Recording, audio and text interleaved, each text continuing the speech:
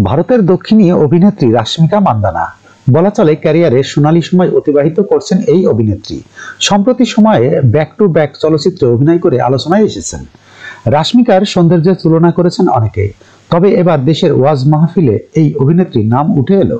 সৃষ্টিকর্তার সৌন্দর্যের উদাহরণ দিতে গিয়ে বিশিষ্ট ধর্মীয় বক্তা আমির হামজা রাশ্মিকাকে বিশ্বের অন্যতম সুন্দরী হিসাবে আখ্যা দিয়েছেন, যদিও তিনি রেফারেন্স দিয়েছেন বিভিন্ন গণমাধ্যমের। একটি ওয়াজ মাহফিলের ভিডিওতে দেখা যায় আমির হামজা বলছেন, এখন বিশ্বের যত সুন্দর মানুষ আছে আপনারা ইন্টারনেট ঘাঁটবেন, 157টা রাষ্ট্রের মধ্যে চেহারার কাটিংয়ে 1 নম্বরে রয়েছে রাশ্মিকা মান্দানা। নাম শুনেছেন? চেহারার কাটিংয়ে এখন 1 নম্বরে আছেন। এই মহিলার দিকে একটু আল্লাহর নাম নিয়ে তাকাবেন, দেখবেন তো কি সুন্দর করে আল্লাহ তাকে বানিয়েছেন।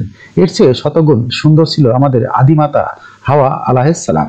প্রসঙ্গত, ক্যারিয়ারের চলো সিনেমার মাধ্যমে তেলেগু সিনেমায় অভিষেক হয় রাশ্মিকার। এরপর বেশ কিছু সিনেমায় অভিনয় করলেও ততটা সাফল্য পাননি। তবে পুষ্পাদা রায় সিনেমার অসাধারণ সফলতার পর রাশ্মিকার জনপ্রিয়তা যেন আকাশ ছুঁয়েছে।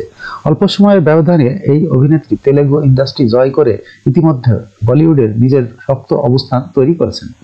খোঁজ নিয়ে জানা যায় বর্তমানে একটি সিনেমার জন্য 10 কোটি টাকা পারিশ্রমিক নিচ্ছেন রাশ্মিকা।